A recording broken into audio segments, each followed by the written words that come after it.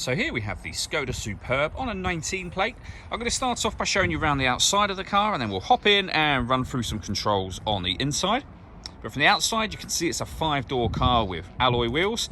Let's start off inside the boot and then work our way around the rest of the car from there.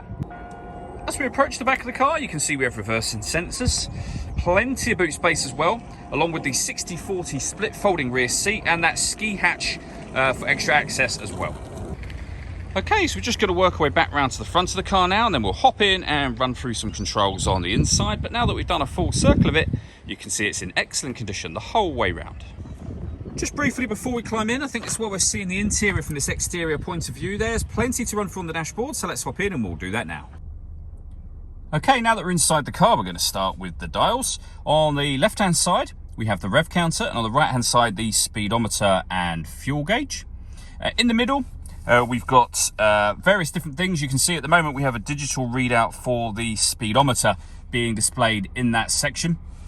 Although you can change that information for all sorts of things. So we're on the car data menu at the moment, but you can access assist systems, audio, your telephone, vehicle, and then back round to where we started, which was the driving data menu. In the bottom left, you can see the total miles for this car. They are 16,419. We're back out to the steering wheel. The buttons I was using just a moment ago are over this side. We have stereo controls over here, along with phone controls, and the cruise control is turned on and off from underneath there. Over in the center, we have the touchscreen for the car. So you can access your radio, which is the menu we're on at the moment, and you'll see we have DAB, FM, and AM radio. If you want to listen to your own music, you can do. Hit the media button just there, and there are various ways in which you can listen to your music.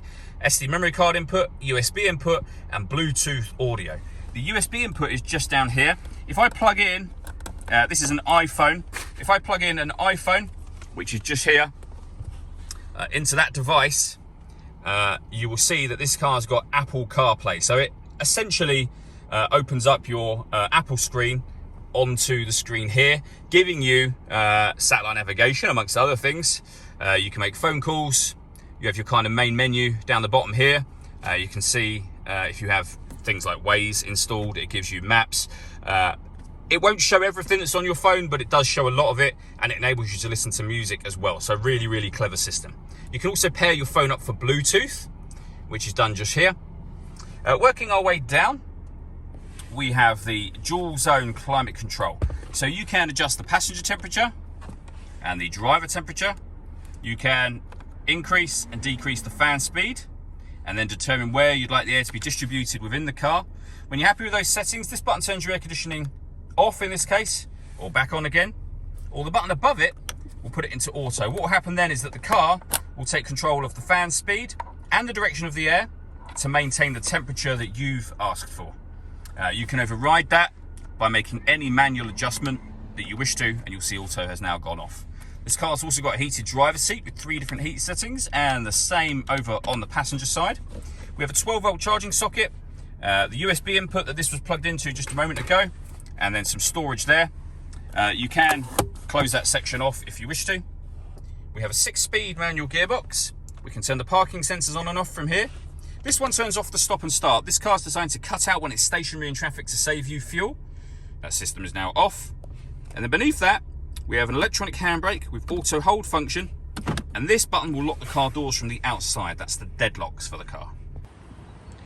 All that leaves me to say is thank you for taking the time to watch this video. If you'd like to come and see the car in person and have a test drive, please feel free to give us a call here at Mach 1 Cars. We'd love to hear from you soon.